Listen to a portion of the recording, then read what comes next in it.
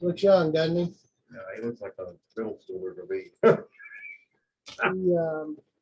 His background, just so you know, good morning, everybody. We're recording now.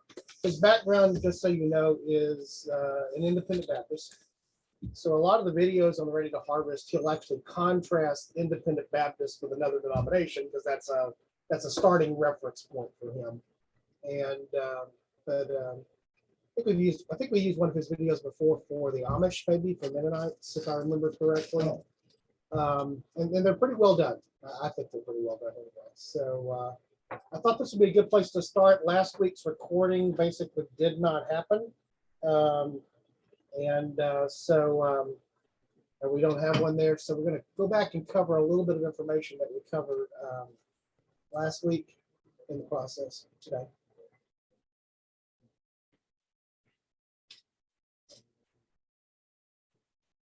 Realized I'm not sure where this is playing out to, so hold on. I know why. I know what's happening. This should make a difference right here.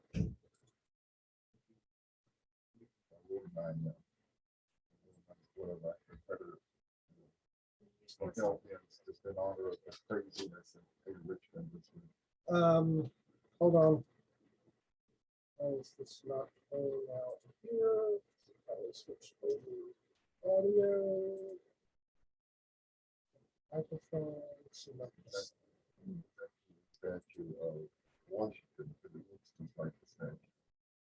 Can somebody that's remote say something? Yes. Hello? They're coming out from there, right? Which is where I need them to come out. Yeah. So why is not Testing 1, 2, 3. this is what I can't figure out is why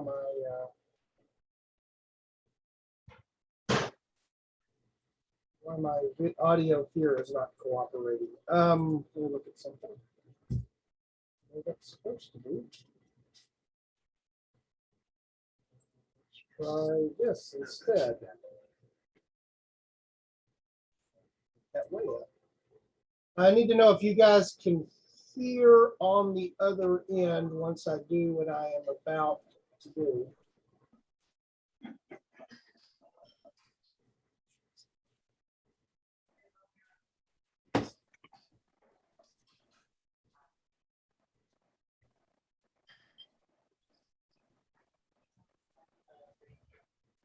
No.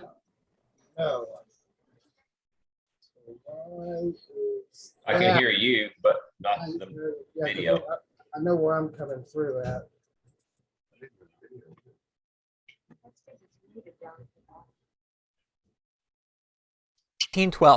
The Second There Great it is. Awakening was beginning, and from it would spring the Campbellite Restoration movement, Adventism, and a resurgence of holiness churches. One thing that the evangelistic emphasis began to do in the United States was to open the eyes of American Christians to the need of people in other parts of the world to hear the gospel. As a result, missions boards were started, through which funds could be raised to send out missionaries. One of the first was the American Board of Commissioners for Foreign Missions, or ABCFM. Founded in 1810 as a Congregationalist mission board, it sent out its first missionaries in 1812, 3 married couples and 2 single men. One couple was Adoniram and Ann Judson, who along with Luther Rice would be landing in India. Judson knew that when they arrived in India, they would be seeing William Carey, a Baptist missionary already there, and so on the voyage he began to study the issue of infant baptism in earnest. By the time Judson arrived in India, he had become Baptist from this study, and knew he could not continue to accept the support of the ABCFM. Rice also became a Baptist, and a plan now needed to be formed. Rice returned to America, earnest on getting support from Baptists, so that Judson could remain overseas to travel on mission to Burma. With William Carey's endorsement, Luther Rice rode on horseback through. Let me put that in context for you. They've gone to India, which is no simple task to perform, right? Yeah.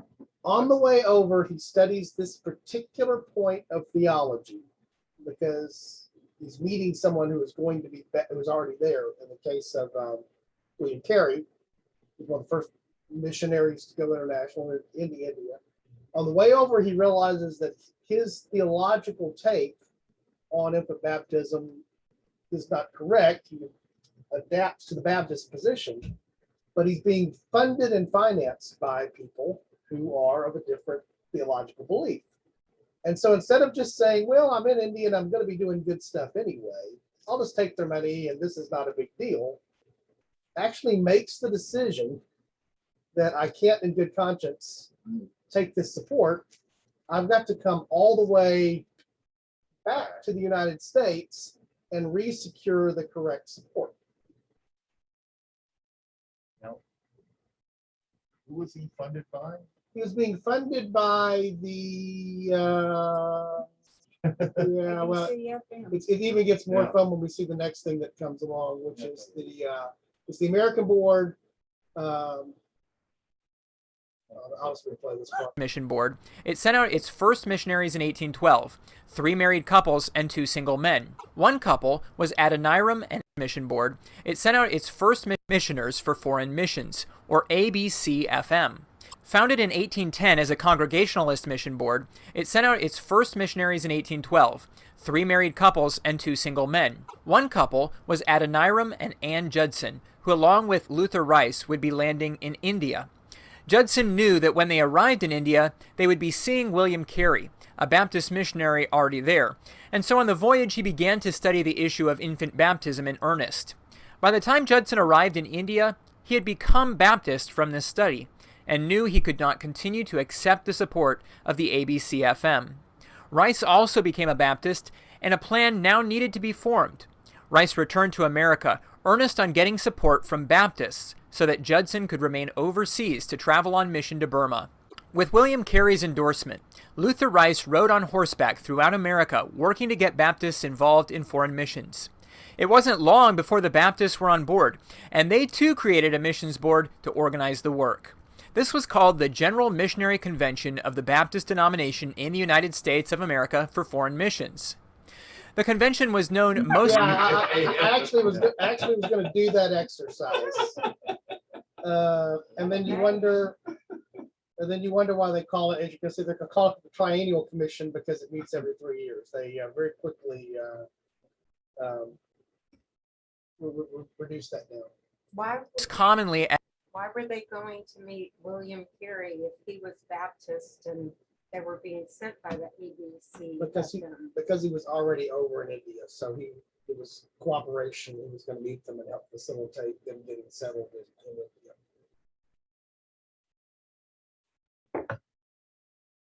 As the Triennial Convention, since it would meet every 3 years. Under this heading, state and regional conventions were also formed, and most Baptist churches in America were soon involved in supporting missionaries by this method. In the mid-1800s, slavery was a controversial topic in America, and the Triennial Convention had tried to stay out of the matter. Abolitionists and slavery supporters alike were allowed to participate.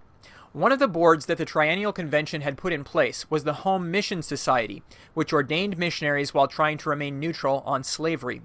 In 1844, the Georgia State Convention decided to run a test case and presented slaveholder James Reeve as a missionary to the society. The society recognized this as a test case, and feeling that Reeve wasn't presented in earnest, but simply to try and get the convention to leave its neutral position, they denied to ordain him. With the test case failed, 9 state conventions left the Triennial Convention and formed the Southern Baptist Convention. The Southern Baptist Convention has retained its name and grown to be the second largest group of Christians in the United States, behind the Catholic Church. In 1995, the convention officially apologized for their past racism and defense of slavery and white supremacy. The Triennial Convention reorganized in 1907 as the Northern Baptist Convention, from which several other Baptist groups have split, including the General Association of Regular Baptist Churches and Foundations Baptist Fellowship International, and in 1950 the Northern Baptist Convention renamed to the American Baptist Convention, and finally to American Baptist Churches USA in 1972. Is there any chance of the Southern Baptist Convention and the American Baptist Churches USA merging together? Since the split, the fundamentalist modernist controversy took place, and American Baptist Churches USA landed well away from the fundamentalist side. Each congregation can choose for themselves whether to ordain LGBT clergy and perform same-sex marriages. Women can be ordained for ministry, human evolution is widely affirmed, and literal inerrancy is not held to. The Southern Baptist Convention also had a large contingent of moderate to liberal congregations, and in 1971 put out a statement that permitted abortion in a large number of cases. In addition to many other reasons, this lit a fire among the conservatives, who rallied together and systematically worked to elect conservative presidents, and then from the top down to reshape the convention, putting theological conservatives at the heads of all the denomination's universities and agencies. The scheme worked, and the SBC today is strongly in the evangelical category. Because these two denominations today are often on opposite sides on both theological and social questions, it doesn't look like there will be even the thought of a merger for a long time into the future.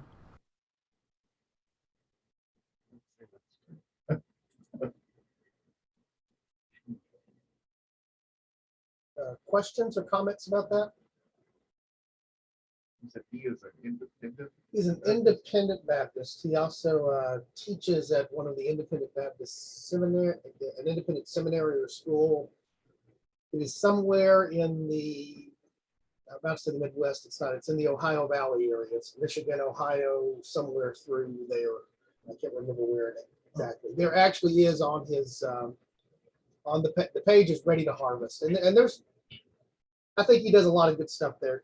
He's also very good at putting a lot of information in a very tight space, which is something I envy because I'm not good at. Is Independent Baptist independent of both conventions? And actually, that's going to be the next video that we watch, where he's going to contrast Independent Baptist with Southern Baptist, and that'll be a good intro into the our continued discussion on Southern Baptist.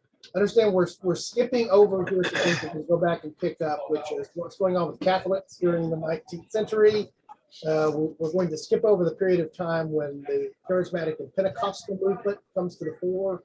We'll go back and pick up a little bit of the liberalism and fundamentalism, the birth of that, because it's going to be referenced a lot in these videos, but it's still going to be, we haven't spent a full time on that. It's worthy of doing so. Some of you that raised the question about how does an atheist become a pastor? He has an interesting video on one of the Unitarian Universalist denominations, and will give you some insight into that. Did anybody think it strange that he used the word scheme when he was talking about I couldn't hear you, What's that, Billy. Billy? Southern Baptist? Couldn't hear you, Billy. Did anybody think it was strange that he used the word a scheme when he was talking about putting the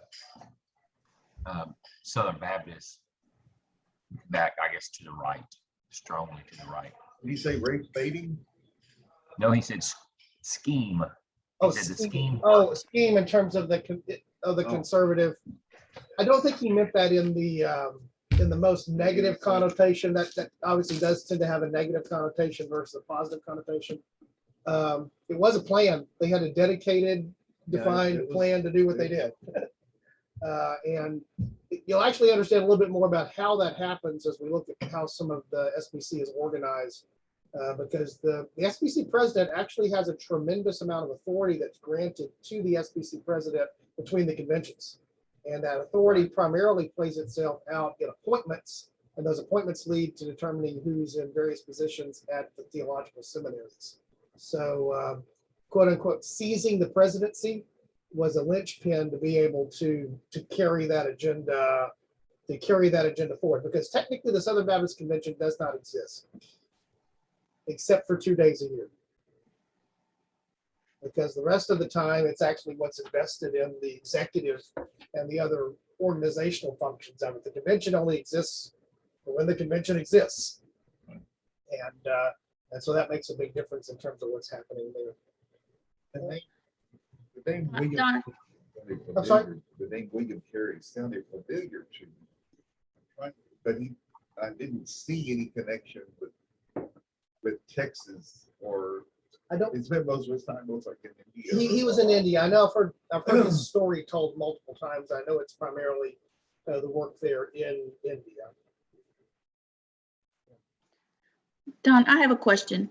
Yep. So several weeks ago, when we were talking about, the expansion, and it was mainly the Baptist and the Methodist that went out and did the missionary work in the early, okay. But you, at that time, if I remember correctly, you said they were anti-slavery.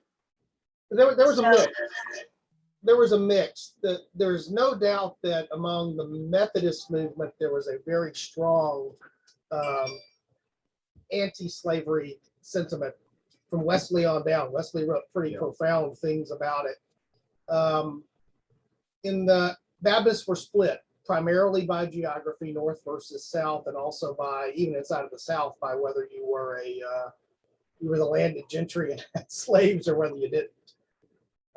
But Methodist, much more overtly anti-slavery in terms of things that you would see in terms of writing and public positions. And again, the Southern Baptist split, we talked about this actually a little bit last week.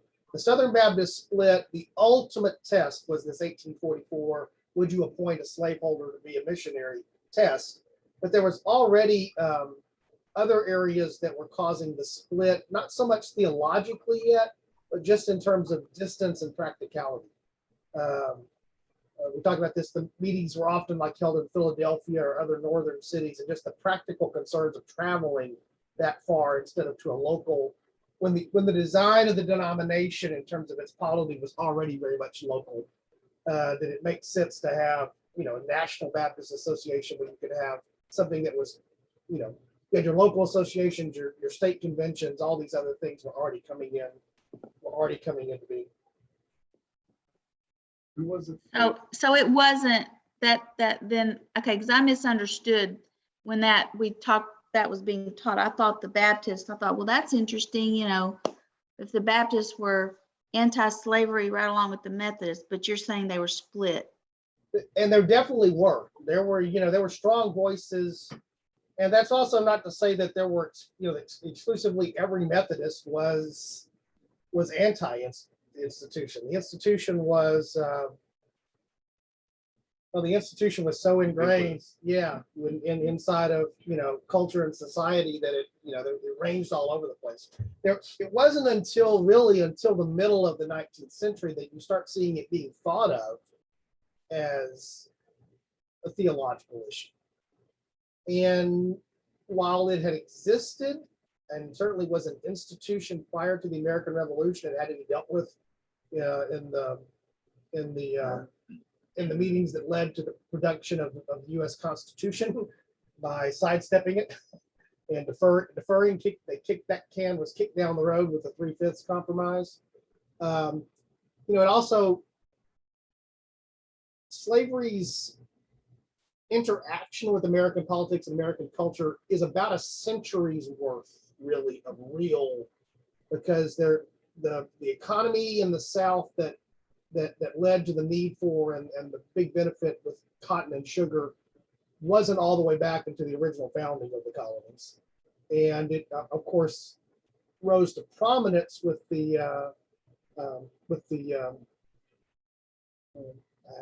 I'm very reluctant to call Levi Whitney the inventor of the cotton gin. He's the one that gets credit for the invention of the cotton gin.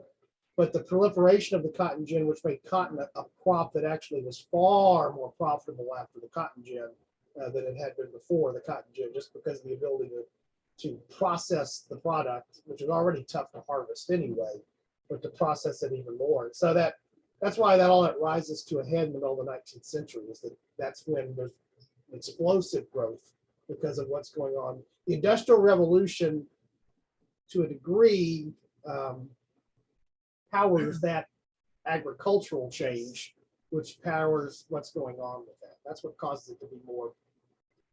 If it hadn't been for the Industrial Revolution and the growth of mills that could process the cotton fabric Into textiles, then right? All of this plays together. yeah, it wouldn't have been that. I would say maybe 50 to 75 years is all the time that slavery was a major issue. Yeah. What's the difference between an Once it became independent Baptist church and a Southern? Once it became a major issue, it became a major issue. Yeah, it could not get passed. You could not get past it. Yeah, and you know, from my lay historian perspective, that really is, by the time you reach the 1850s, things were probably inevitable. By the time you have the Compromise of 1850, which is one of the side steps that brings California into the Union, but then you have the Kansas-Nebraska Act, and then you have the Dred Scott decision in the early 1850s. Now you're pretty much, the die's pretty much been cast, and it's only waiting for the catalyst, and the catalyst is a divided Democratic Party that's still the majority party following the days of Jackson, but divides into a northern branch and a southern branch, and that enables this new upstart party, the Republican Party, which is profoundly anti-slavery for the most part, to rise. And that's the election of Lincoln then is the catalyst, the trigger point for what was already there. And then Civil War. This is his video on, this is where we're going to spend the bulk of the day. We'll stop frequently throughout this, but we didn't get all the way through this. This is where he's going to contrast Independent Baptists with Southern Baptists. And so he'll answer some of your questions about Southern Independent Baptists, but he'll also does a pretty good job of being a summary for things you probably should already know about Southern Baptist organization and life. You're probably not going to see much there that surprises you. Baptist Church. There is a lot of overlap, so we'll start with the clearest differences and then move on to the grayer areas.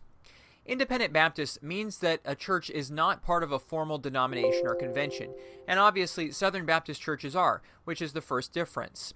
The 2017 numbers show 47,544 churches in the Southern Baptist Convention, with a membership of just over 15 million members and a weekly attendance of 5.3 million people. As of 2018, the Southern Baptist Convention's Missions Board reported at 3,667 missionaries overseas and 5,262 domestic missionaries. Some Independent Baptist churches either hold membership in or simply fellowship with groups of churches as well, typically called fellowships. Some fellowships are extremely loose, simply being a way for pastors to spend time with each other and gain connections. Other fellowships endorse or support missionaries, produce Sunday school curriculum, and have publishing houses or have Bible colleges associated with them. The Southern Baptist Convention itself has many outgrowths. They control Baptist Press, which is the largest Christian news service in the United States. The SBC founded Lifeway Christian Resources, a publishing house, and they have a board called the Ethics and Religious Liberty Commission, which makes statements on contemporary issues. However, compared to other denominations, the Southern Baptist Convention is very loose. One distinctive of Baptists in general is that they have congregational polity, which means that there is no higher authority than the church itself that can tell them what to do. This is still the case within Southern Baptist churches. Each church selects their own pastor or pastors and other staff. The convention is not involved. They operate their own finances, own their own buildings, make their own decisions, and often write their own statements of faith. They can disagree with the Southern Baptist Convention's decisions and statements even openly. They can endorse Bible colleges that are outside of the SBC. They can disfellowship from other SBC churches. They can bring in outside speakers, and the SBC won't get involved. In contrast, other denominations like the Presbyterian Church USA own the church property, so if a church decides to leave the PCUSA and every member votes to do so, they still lose their building to the denomination and simply have to find a new place to meet, even if the building was built and paid for by the members. In the United Methodist Church, bishops appoint pastors to churches, whether or not the congregation likes the minister in many cases, or whether the minister wants to be there. Without notice, a pastor may be transferred away without congregational input. This is not the case in the Southern Baptist Convention. Any church can leave the convention at any time, and very little will happen. Churches also join the convention after previously being in other conventions or being independent. Despite the looseness of the SBC, many Independent Baptist churches are opposed to being part of it because of it being a denomination, and they view denominations as unscriptural and a compromise on church autonomy. On the SBC website, the following is stated. Among doctrines Southern Baptists emphasize is the doctrine of local church autonomy.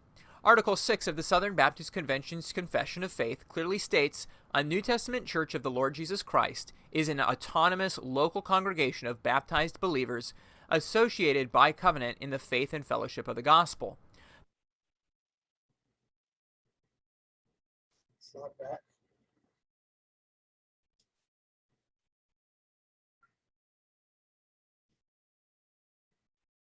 Any questions about the meaning of that statement? Any comments about the meaning of that statement? One, That one right there, the one that he just read.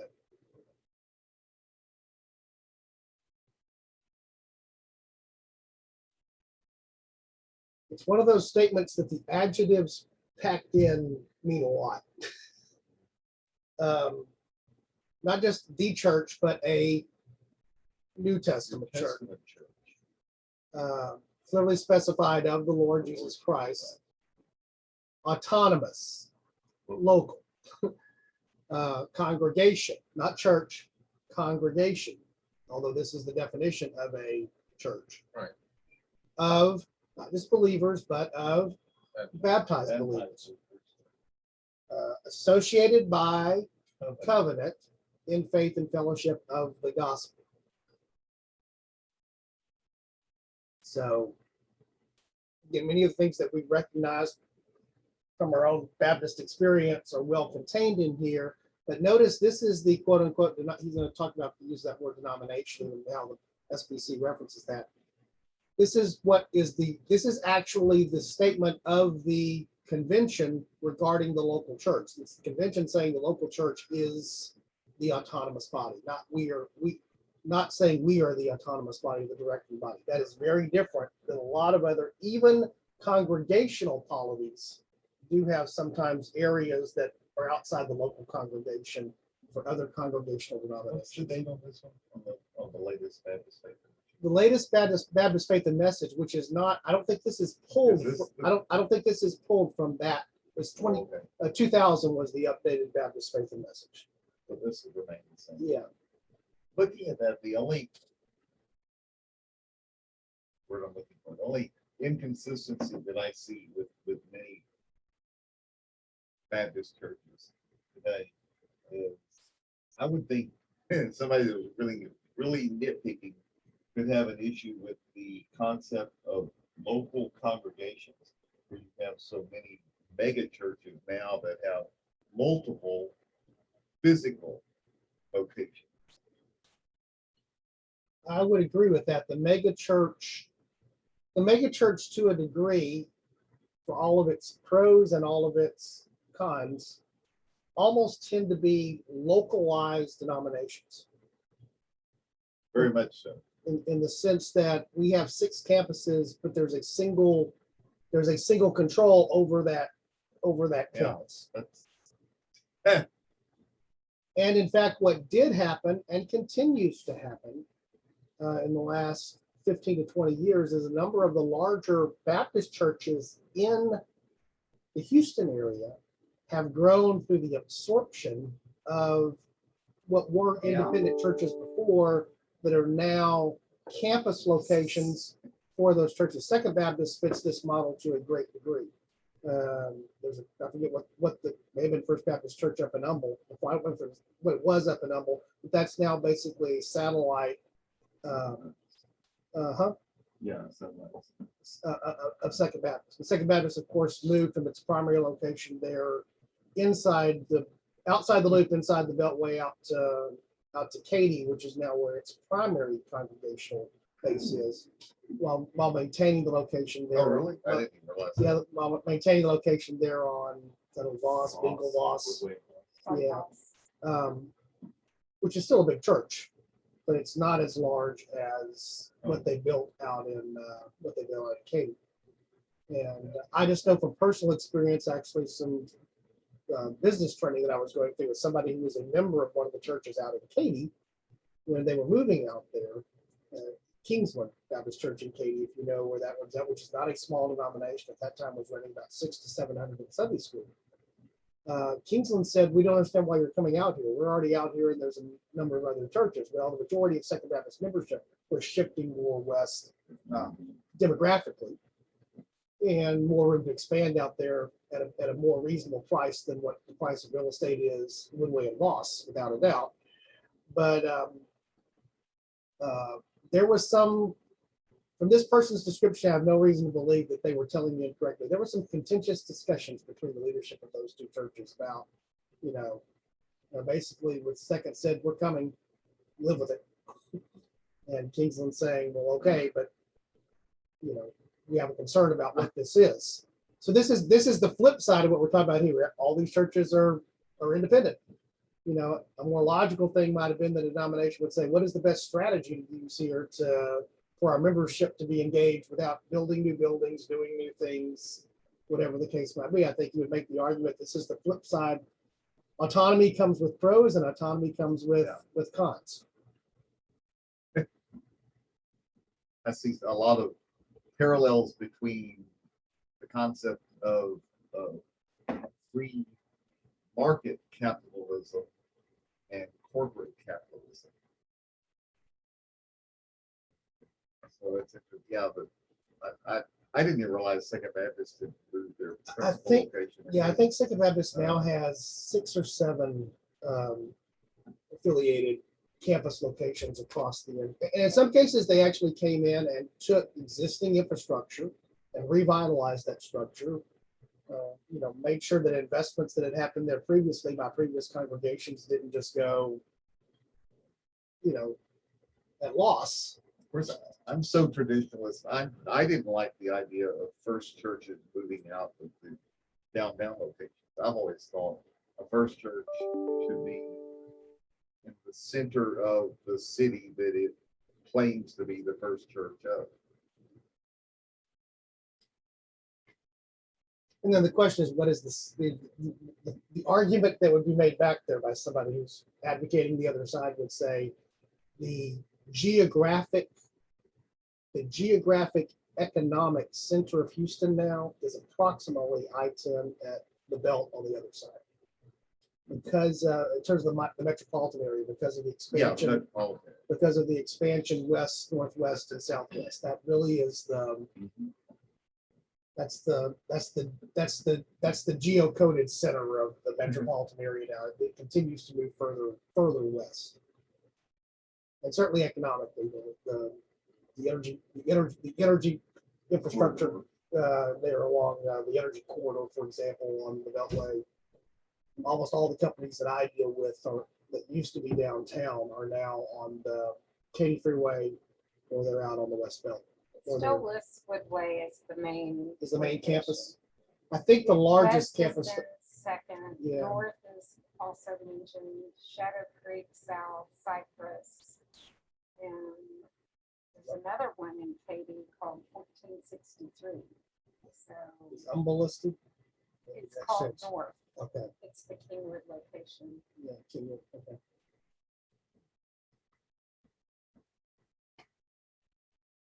Faith and fellowship of the gospel. The Southern Baptist Convention exists to assist autonomous Baptist churches of all sizes and shapes to attempt great things for God, linking arms and working together in cooperation. Such cooperation requires trust. It requires commitment. It requires confidence that God's purposes are bigger than what we can accomplish individually.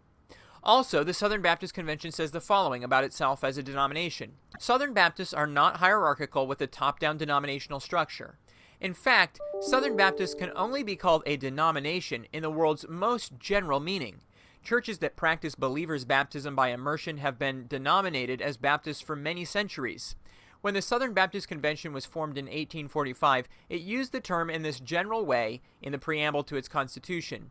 By doctrine and polity, the SBC cannot and does not unite local congregations into a single church or denominational body.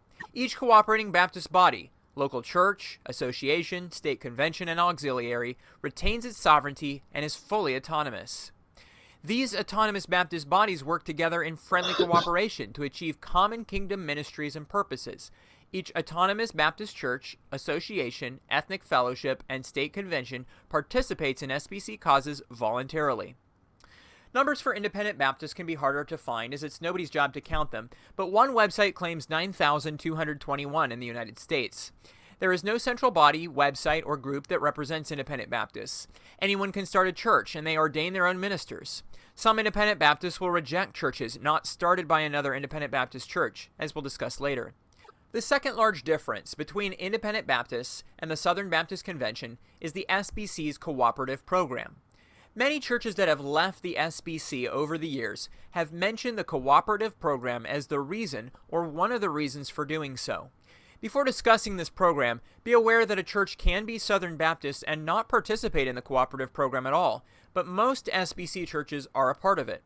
A church that doesn't participate in the cooperative program cannot seat any delegates to the convention, so they don't really have a voice in denomination-wide decisions. Here's how the cooperative program works. Individuals in the local churches give tithes and offerings to their local church. Each local church decides on an amount of that money that they will send to their state convention. The state conventions will then decide how much of that money they will send on to the national convention, keeping some for programs within the state. These state conventions aren't run by the national body, so they can decide how much they want to give to the national convention. For example, in the 2015 through 2016 fiscal year, the Minnesota-Wisconsin State Convention only forwarded 20% to the National Convention, and the Iowa Convention forwarded 50%. This chart from the State Convention of Baptists in Indiana for 2019 gives an example of how the local conventions use the portions that they don't forward to the national body. In this case, 35% was sent on to the SBC, 15.5% goes to executive services, 3.1% to evangelism and prayer, 11.5% to mobilization, equipping, and communication, 10.8% to Highland Lakes Baptist Camp, 20.3% to business and administration, and 3.8% to church planting. After the National Convention receives the funds from the state conventions, 50.41% goes to international missions, 1.65% to the Ethics and Religious Liberty Commission, 22.16% to theological education, 2.99% to the operating budget, and 22.79% to North American missions. Additionally, there are two convention-wide offerings that most churches participate in. The Lottie Moon Christmas offering, which goes to international missions, and the Annie Armstrong Easter offering, which goes to North American missions. Both of I actually think this chart is fairly well done in terms of understanding how the money flows. So it flows in from the local churches through the state conventions and or associations into the pool of the cooperative program, where it's allocated out based upon the decisions that were made at the annual convention regarding the allocation of funds, with a substantial portion obviously going to the seminaries and theological education. Very small percent actually going to an operating budget because you don't have an ongoing denominational office to maintain. The ethics and religious liberty, which makes the comments and statements, is also a fairly small amount. Still a very substantial part going to international missions, a substantial part going to North American missions. What we used to call this foreign missions, we used to call this home missions. Now it's international missions, North American missions, and then how the two offerings flow entirely separate from the cooperative program. They go to the end use. So, and most of the administrative overhead for our mission activities are found, some of it comes through here and here, but a lot of it is actually found here. So it's actually wrapped up in the operating budget itself. So in terms of one of the things that Baptists have been known for historically in terms of their organization is being obviously very mission-minded and sending missions, but also having a structure that maintains consistent support for missionaries that are out on the field over time. Questions or comments about that?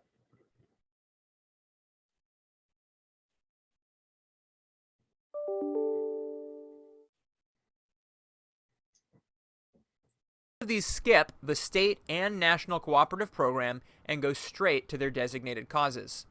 As was mentioned, not every SBC-affiliated church is part of the cooperative program, but the majority are. In contrast, most independent Baptist churches handle their own finances and mission support. Specific amounts are sent to specific missionaries monthly or quarterly, as chosen by the congregation or church leadership. Some independent Baptist missionaries go through missions boards, and so independent Baptists who support these missionaries send the support designated to the particular missionary to the boards. Other missionaries work exclusively with their sending church, so support is sent from local churches to the supporting church, who then forwards the support to the missionaries. Many independent Baptists view the cooperative program as compromising church independence, and others claim that it has not been run properly and is using church funds inefficiently. As I discuss these differences, you may think that I'm just listing a bunch of griefs that independent Baptists have with the SBC, and partly I am.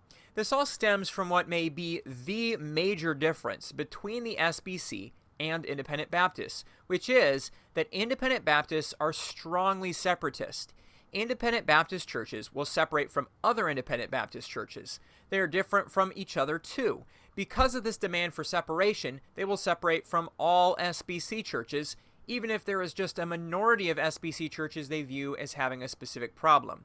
So as I go on pointing out reasons why Independent Baptists separate from the SBC, don't assume that they aren't also separating from other Independent Baptist churches for the same reason. And also don't assume that all or even the majority of Southern Baptist churches hold the position the Independent Baptists are separating from. The difference is that the Southern Baptist churches remain in the SBC alongside churches that differ from them, where the Independent Baptists will separate from those churches until there's no link whatsoever. About 2/3 of Independent Baptist churches use the King James Version exclusively for preaching. Often, these are referred to as King James Version only, which is the case for many of them.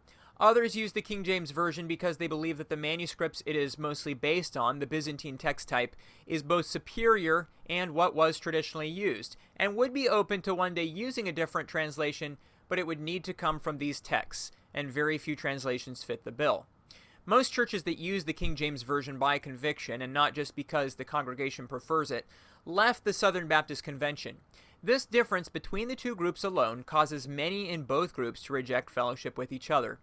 Another difference is the view of Baptist history and church authority.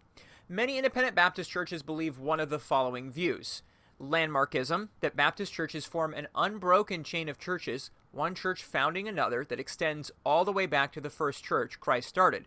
Or secondly, spiritual kinship, that though there may not be an unbroken chain of churches, nor needs to be one, that Baptists are not Protestants, but that they came from other groups that never were a part of the Catholic Church, including Anabaptists, Waldenses, Paulicians, etc. Does that sound like anything we talked about way back in the day?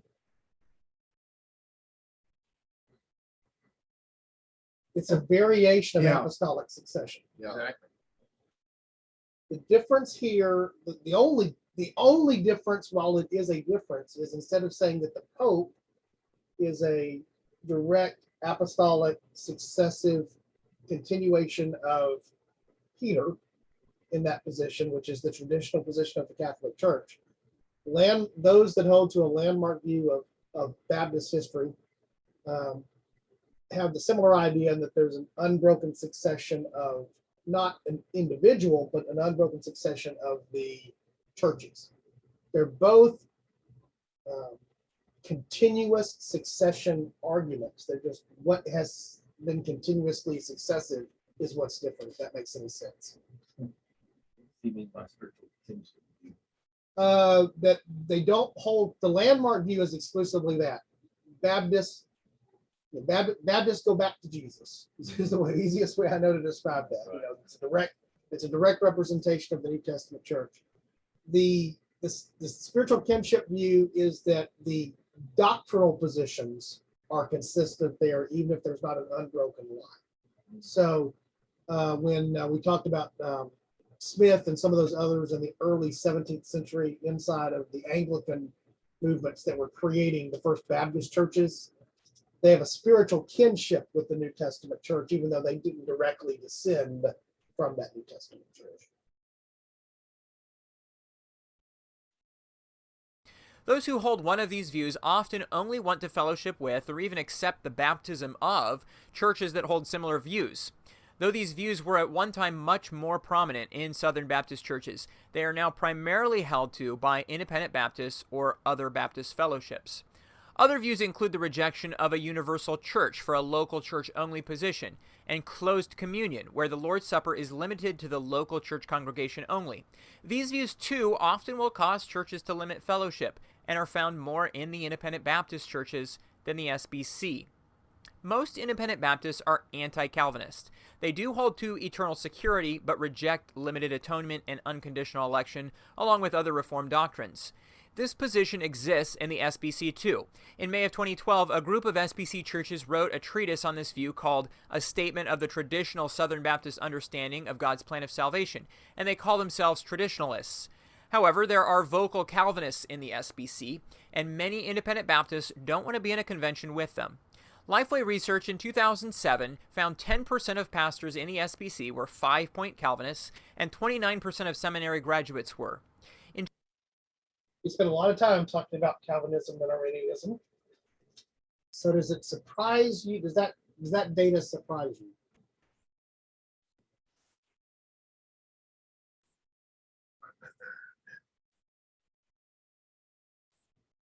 About independence. Let me just roll into To eternal security, but reject limited atonement and unconditional election, along with other Reformed doctrines. This position exists in the SBC too. In May of 2012, a group of SBC churches wrote a treatise on this view called A Statement of the Traditional Southern Baptist Understanding of God's Plan of Salvation, and they call themselves traditionalists. However, there are vocal Calvinists in the SBC, and many independent Baptists don't want to be in a convention with them. Lifeway research in 2007 found 10% of pastors. There we go.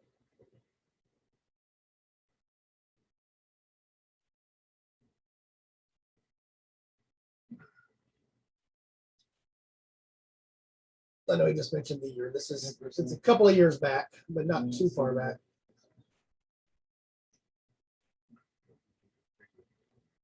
So the vast majority of Southern Baptist pastors, the word pastors, are not 5-point Calvinists. Yeah. We talked before about one of the points of Calvinism is very much tied to what was just mentioned there, this traditionalist view of salvation, the security of the believer, because that's one of the elements of the perseverance of the saints. That's the P in TULIP, right? So that gets pulled over, even though I'm not a Calvinist. I like that one. I can't lose my salvation, right? So when they talk about being 5-point Calvinists, it's mainly that concept of limited atonement or unconditional election that we've talked about. God chooses versus us choosing, right? Yeah. And so you do get this, we talk about this blended view of, Calvinist versus Arminian.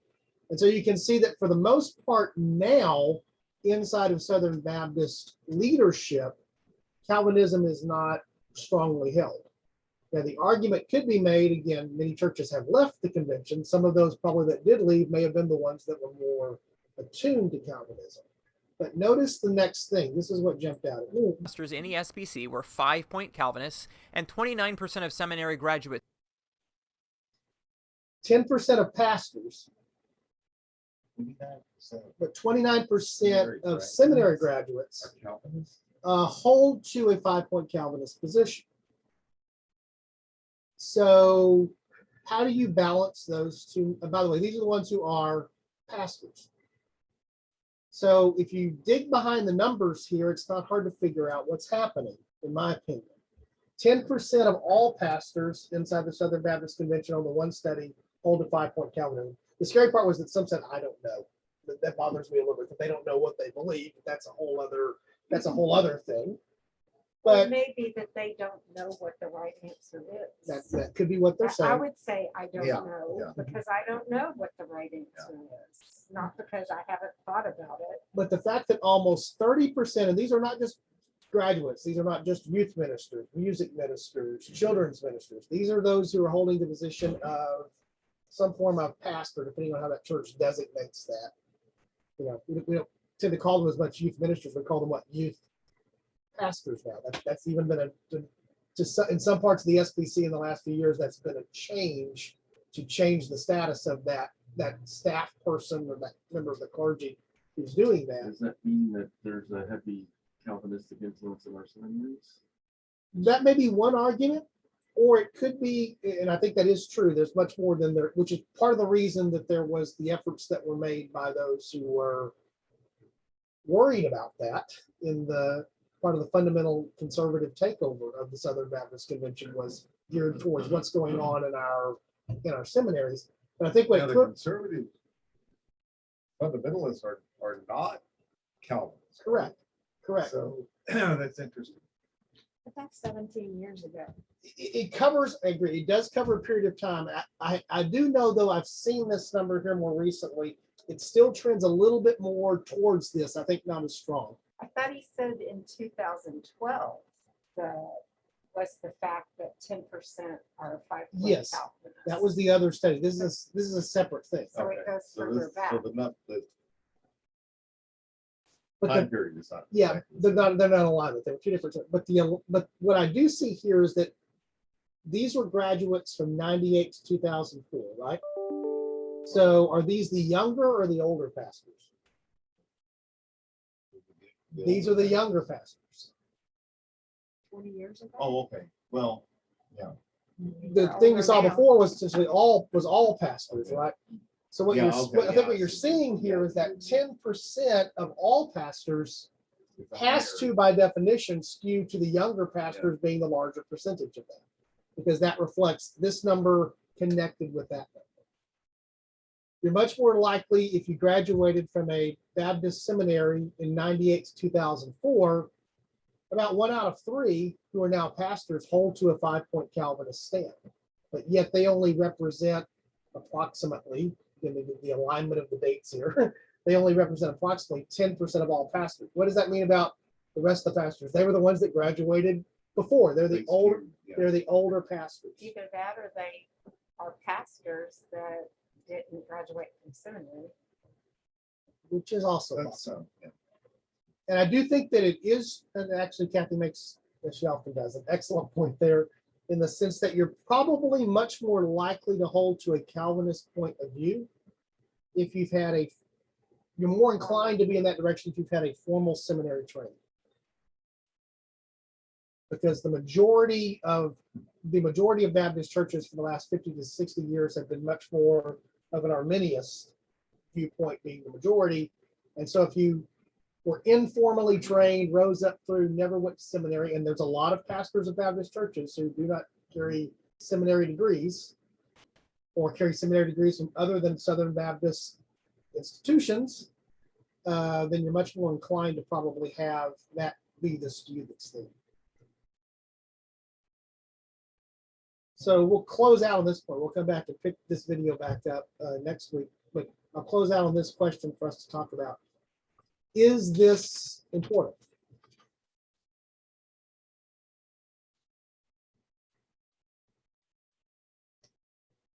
Yeah. Oh, Well, not like the important, like, can we lock arms? I can probably still lock arms with a lot of my independent Baptist friends regarding, is Jesus the Son of God? Did he die? You know, was he raised? But I can't get on board with some of their, we don't want to associate with you if you don't use the KS, if the King James Version. If that's not what you're going to read, then, it's like, a little bit, it's like my friend, she doesn't think I'm Christian because I'm Baptist. Whereas I think she's Christian just because she's a different faith. But there's a couple of ways that we believe that she therefore worries about my soul. And I don't worry about her soul. I think we'll see each other in heaven, and she's not convinced because I don't hold to this 100% same beliefs that she does.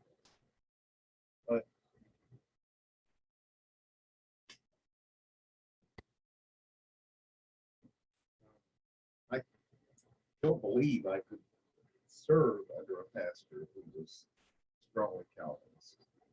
You do or you don't? I do not.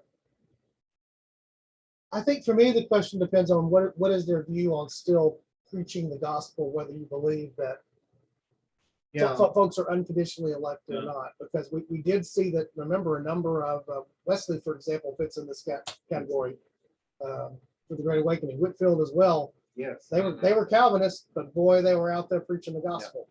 And I was a member of a church that forced a pastor out because they accused him of being a Calvinist, and I don't believe he was a Calvinist. He said he wasn't a Calvinist, But they thought he was a but they thought he was Calvinist. a Calvinist. And then, And so I think it's interesting that, Calvinist, communist, it's the same thing. yeah, sure. One of those things. And where, Difference, is it the election, difference between I- non-Calvinist and Calvinist? I think this is my take. We spent a lot of time talking about it, studying about it. Obviously, it rises out of the Reformation as we've gone through this history thing. We've seen how this has evolved and how it. I think in some cases it's just semantics. People can't get around the idea of a quote unquote limited atonement. You know, Christ died for all. And if you hold to the position and look at what that means in terms of election, and then the election makes the atonement limited because the atonement's only going to have value to those that have been elected to by God to receive it. I think that is the fundamental hanging point for a lot of folks, is they don't like that term. We used this before when we did the Faith Sunday School outline for evangelism. One of our good friends, if you're not familiar with that, it used FAITH as an evangelistic acronym that was used. And the I in faith stood for impossible. It's impossible for God to allow sin into heaven. And the point was making the need for salvation to resolve the sin problem. But Kinney hated that point, you know, which was the point of, you know, the use of the word, it's impossible for God. Oh. No, it's not. Nothing's impossible for God. Which I believe. But I also believe if God's going to be true to his character and his holiness, it is a self-imposed impossibility for God to permit that because he's holy. And so is it impossible? No. Is it impossible to be consistent? Yes. You know, but he hated the use of that word impossible. I get why. I think the same is true of limited atonement. That word limited is you know, catches people. Or unconditional election. You know, people are chosen for a reason that have nothing to do with them having a choice in it. You know, why does God get to choose? Well, he's God. That's why he gets to choose. But you know, we struggle with that. It becomes a question of God's sovereignty and what that means, and are we really willing to do that? I think that's the hanging point. Was the hanging? Go ahead. Different question, Don. So would primitive Baptists fall under the category of independent Baptists? They would. The primitive Baptists, in my opinion, would be a subset of the bigger set called independent Baptists. Okay. Landmark Baptists would fit there. Free Will Baptists would fit there. I mean, again, I think what Joshua does a very fair job of saying is we're going to keep separating ourselves till we're defined where we are. We're independent. They believe that independent word a lot. Which is sort of ironic because he's contrasting the Southern Baptist Convention, which is still very independent in its local church autonomy. It's just not that independent. Even his definition of independent Baptist makes me think of that story that you told about the two theologians who agree on everything down to what, a different date. And It's the emo. Actually, it's the comedian. It's the Emo Phillips thing. You know, it's agree, then heretic. You know, it's like, you know, whatever that little distinction is. I think there's a reason that resonates with me, is we see that a lot. It's okay, not 98%, but that 2% is gonna be the defining. Gonna put the piano on the right side? No. Yeah, what color carpet? Any questions, comments?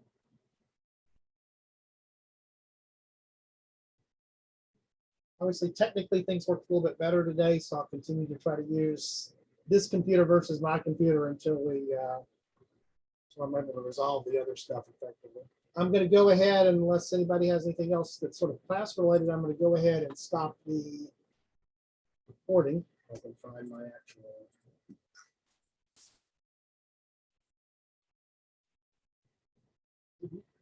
So maybe. Oh, it's up here. That's fine. I moved it. Ready, Bill?